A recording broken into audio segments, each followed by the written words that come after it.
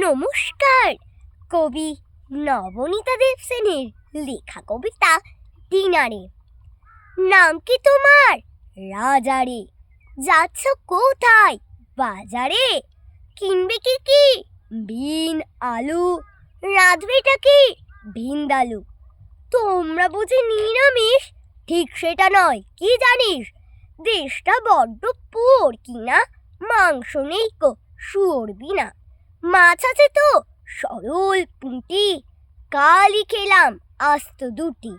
আজকে মেনু নিম বেগুন, মাসটা কিনা চোত ফাগুন। আসবি নাকি ডিনারে? গিন্নি আমার ডিনারে ভিন্দালুতে এক্সপার্ট। আসবো বই কি নেক্সট বার।